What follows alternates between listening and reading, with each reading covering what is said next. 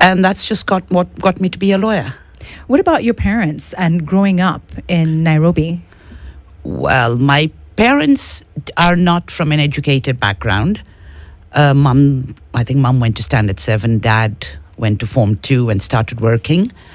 And I grew up in a city council estate. So, I mean, there was no choice, nothing like taking a sabbatical. It was go to school, do your O-levels, do your A-levels, go into university. You didn't have a choice. There were no choices. Yes. So it was, you're going to get educated. And I remember at about 17, I had my first marriage proposal. I know it sounds very odd, but I did. Yes. I have no clue who the man was. Nobody even asked me. And all my dad told him was, sorry, my daughter's going to study. No can do. But is that stereotypical of your community? Because the assumption was girls are married off young, the boys are the ones who are educated. When I was growing up, yes. Okay. I do know that I'd asked for loans from certain people in the community, but because I was a girl, girls don't get educated. Girls get married at 17 or 18, have their 2.2 kids by 22 and get on with your life. The interesting thing is you come from a family of just two siblings, you and your sister. Yes. But you're both extremely highly educated. Well, I don't know if you call me highly educated, but educated. Or let me say highly successful, because your sister is in the medical field? My sister is one who doesn't want to take responsibility or didn't want to. She did her BSc in Kenya, went to England, did a PhD in molecular biology, did research for 5 years, and then decided to become a medical doctor.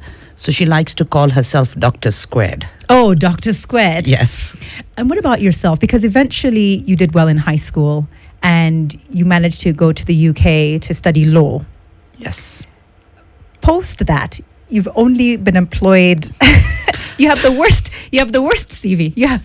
In fact, that one stint in the UK, most people would admit because it's so short.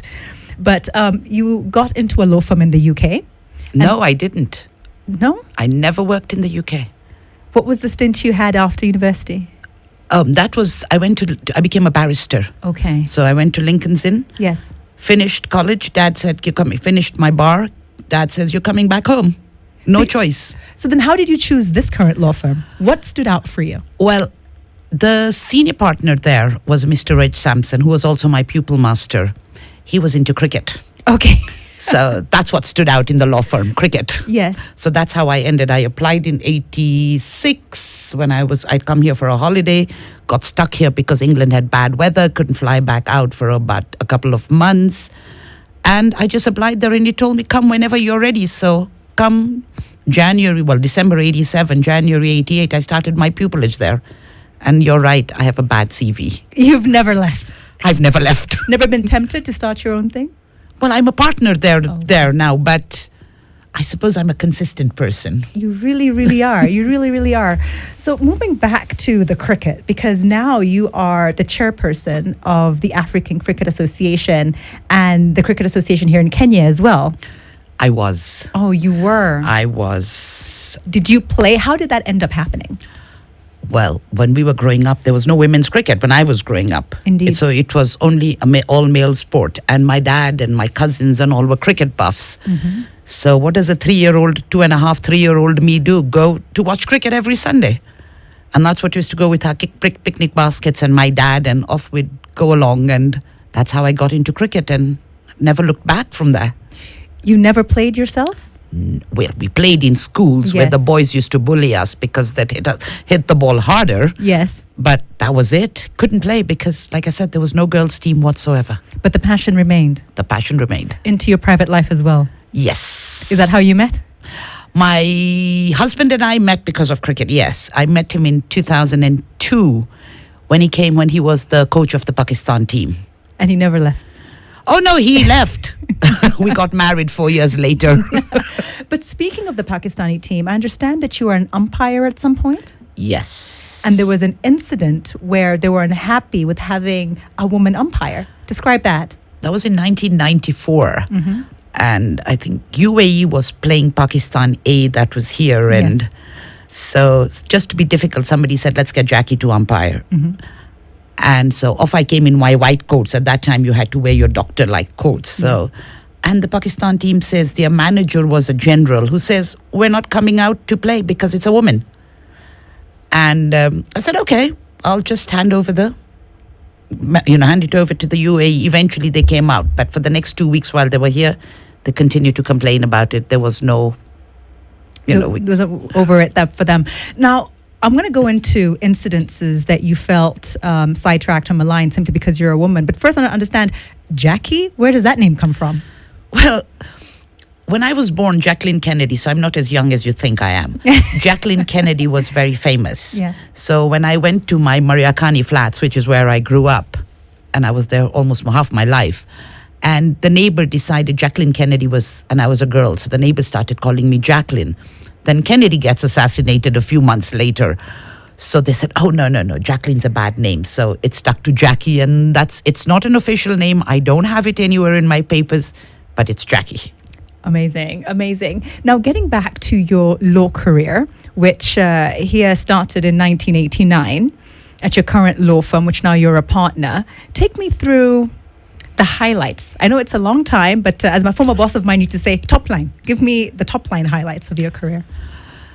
Well, I suppose it all started, if you really look at it, was just going to court every day. And the highlights were when I represented the other media house at the OCO Commission, when I ended up in the Court of Appeal when I was sort of 2 months in practice. You were the only woman lawyer at that. Yes, when I went to apologize on behalf of one of the law firms. Yes. One of the media houses, Yes. because they had got some article wrong, and it was to say, we're very sorry and we won't do it again. Yes, yes. So it was going to the Court of Appeal when you were 2 weeks into practice, or, So, like I said, I've always enjoyed what I do, which is going to court. So if somebody says, what was the highlight? I think every day is a highlight. It's fun. Even today, 33 years later, I still love going to court. I know it's chaotic. People say I'm mad, but it's the highlight. Any particular cases that stand out for you? A lot of cases get very emotional, Yes. especially when you're dealing with a children's case and all that. And Yes. the one case that really stood up for me was a case that we did relating to a child. When the mother came back with the child to Kenya, being a Kenya citizen, and a high court gave an order that the mother and the child should go back to England. And and the child, it was very emotional. I mean, it's literally emotionally draining. Yes. And that, like I said, and when we managed to get the Court of Appeal to say, yes, once a child is in Kenya, it's under the Children's Act. Yes. It was the highlight for me. That was like, I've made a difference. Yes. Are there any instances where you would decline to represent a potential client? Yes. I may even start off with a case. There have been cases where clients come, say, if it's especially in children's matters, and the father says, okay, we're going to pay school fees, and then he changes his mind, and I'll tell him, you and your file, leave my office, because you can't turn around and not do that, or the mother for that matter. There are times that I feel that it goes against a principle I stand for, Yes. so I won't do a case. Yes. So you do decline. For example,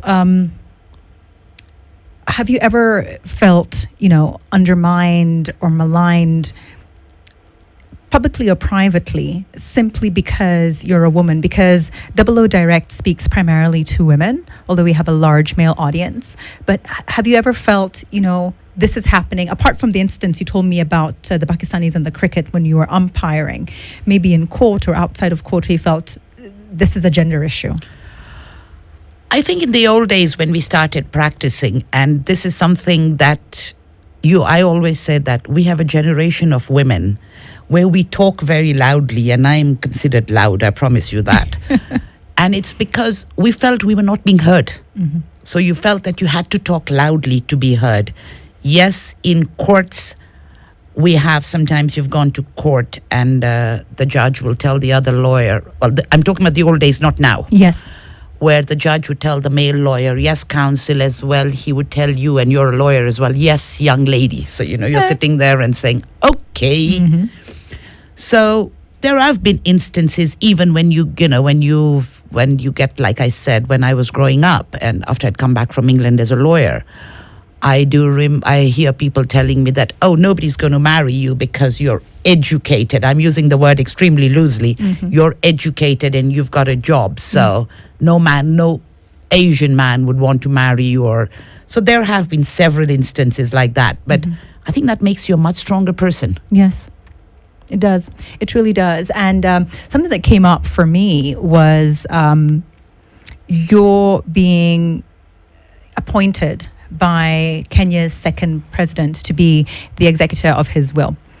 That had to demand a lot of confidence, faith, and trust. How did it come about that Kenya's second president, Daniel Arap Moi, gave you this amazing responsibility? Well, like you've just said, it comes with trust, confidence. And you trusted me. I mean, it's all about trust. That's what executors do. You've got to trust the person to make sure that what needs to be done needs to be done.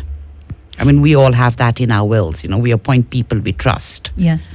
And that's what happened. I think that's all I can say. Or maybe I had a nice face. Okay. You know, I've had a lot of people tell me that they don't have wills, number one. But also that they're very ignorant of the law.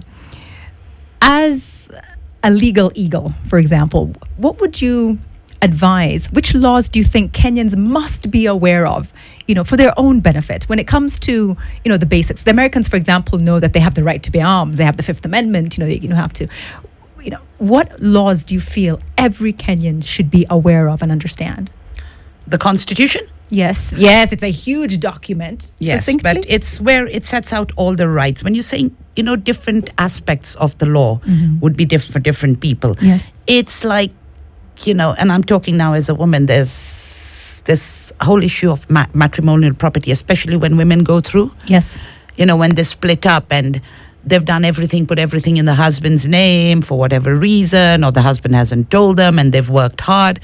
Those are certain laws that women also need to know. And I just think that, I mean, I'll give you simple, my husband and I, and I know it's not a prime example, Yes. but whenever we invest in properties together, he puts in 10 shillings, I'll put in my 10 shillings, and we have the property together, and we have half share. Yes.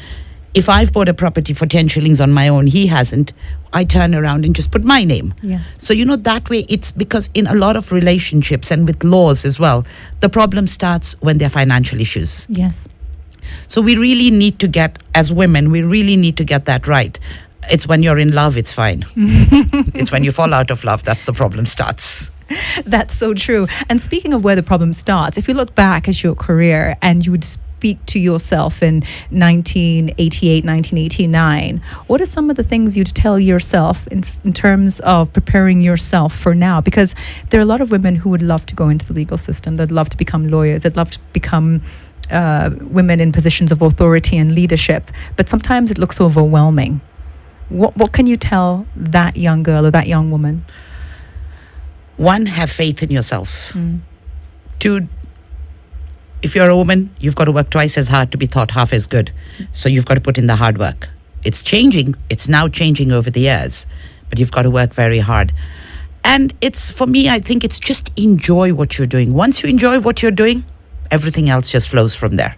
Speaking of enjoying what you're doing, do you take any pro bono cases? Yes, I do.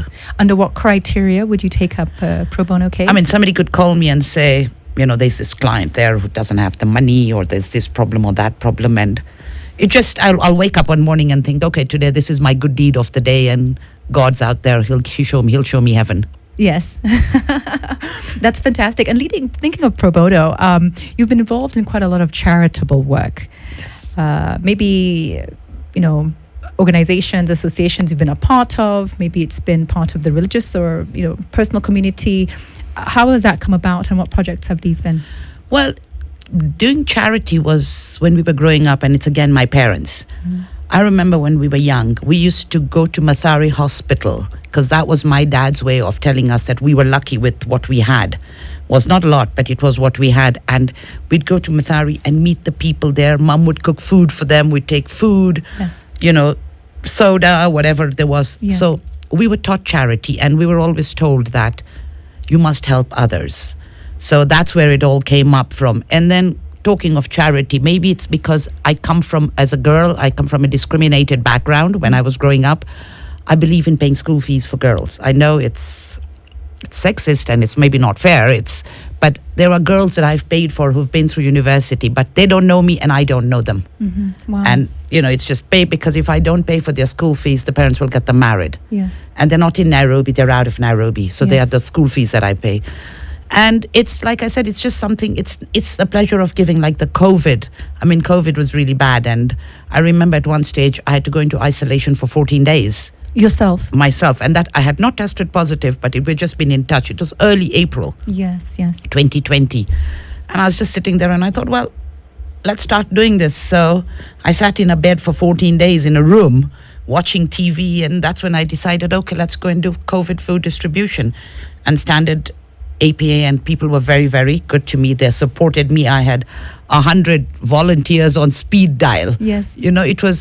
It was great. Okay, after that, I did pick up COVID in August 2020, but you made it through. I picked it up twice. I even had it in December, but that's okay. Okay, wow, that's incredible.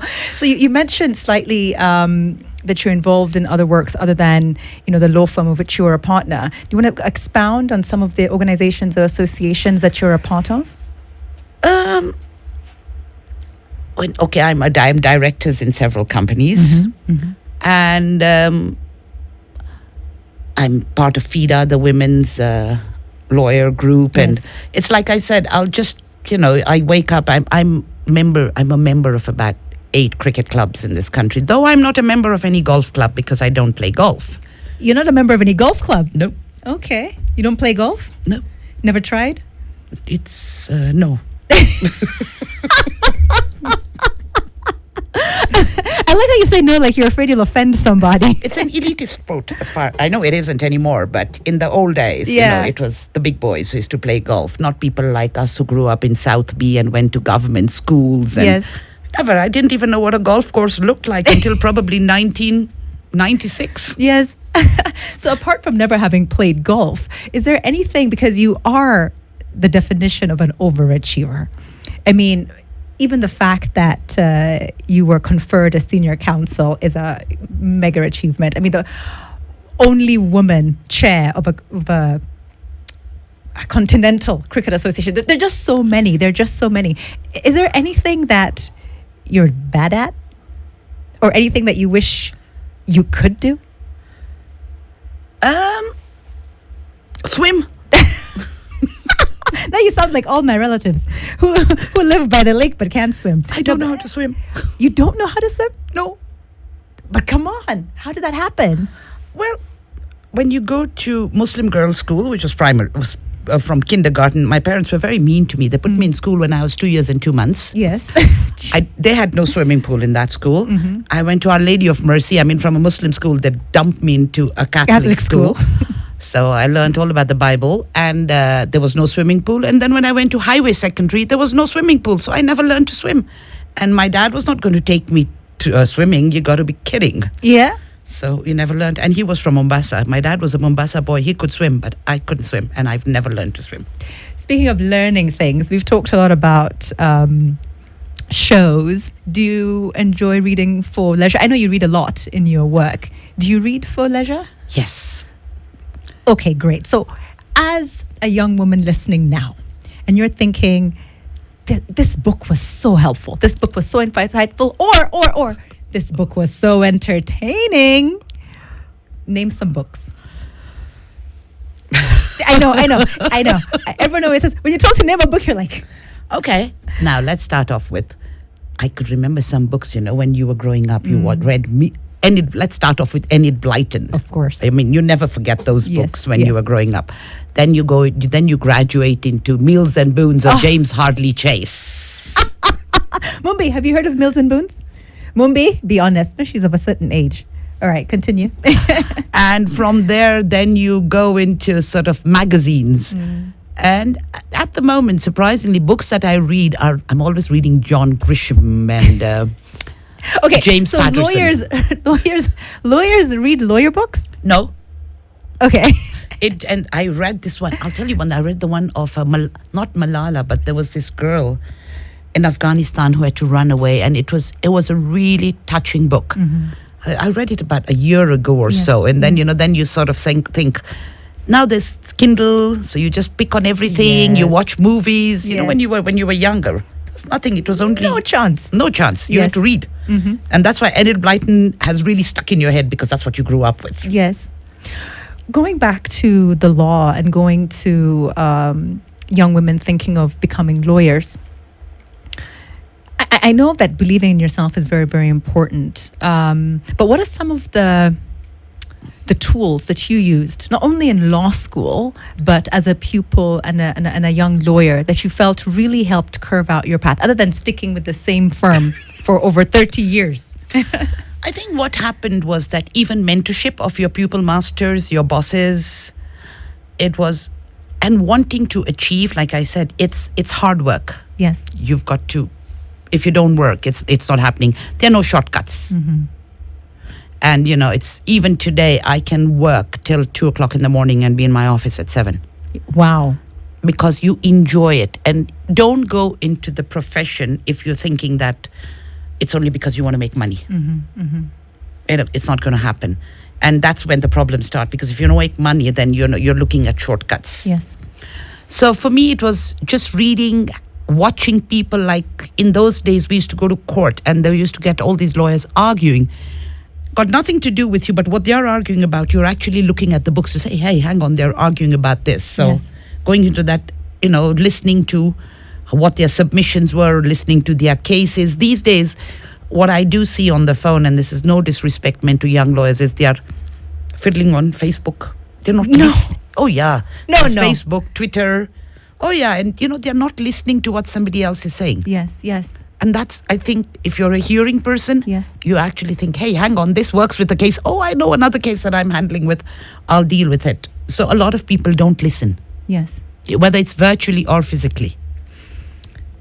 Spaces that the law has taken you that you never thought you'd go to. For example, have you ever been afraid, physically, especially as a woman dealing with a certain case? Or have you ever ended up, let's say, for lack of a better place, Maldives, because of a case? Places that the law has taken you physically or psychologically that you'd like to share? That's a tough question.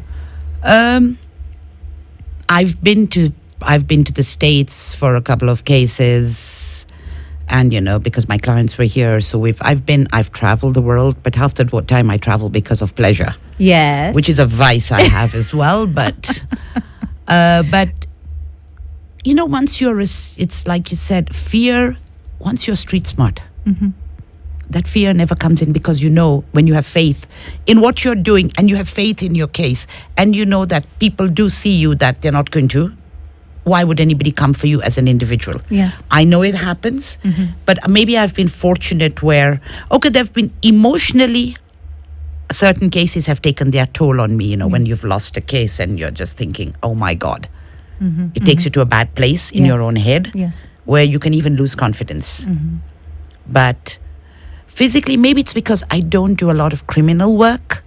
I've never done criminal work. So you've never done criminal work? No. Okay, so if I murder somebody, you're not the person to call? No, I shouldn't be on your speed dial. Well, I've just admitted I murdered the person. So if I'm accused of murder, you see, I'm that client. You're like, don't open your mouth, But you have the right for representation. Your lawyer just would not put you in the witness box because you've told your lawyer that. Okay, that's very, very true. How do you first have your consultations with potential clients? I know that's a very tricky thing to ask, but someone calls you up. What then happens? Well, if they call me up and if they sound interesting on the phone, I'll tell them, let's have a meeting, because I don't like discussing things on the phone. Not because I'm worried about somebody listening to the conversation, but you don't get a feel of what you're doing. Yeah. You call them, I meet them. And if I'm willing to take the case, we take it forward. If not, I'll tell them, look, I can't handle this because of 1, 2, 3, 4, or I'm conflicted. The first thing you do is when they call you is you do a conflict check, obviously. Yes. To make sure that there is no conflict. Excellent. More with Jackie, aka Senior Counsel Zarabanu Janmohamed, in a bit. Spice FM. Spice up your life. Are you ready, Nairobi? Big up.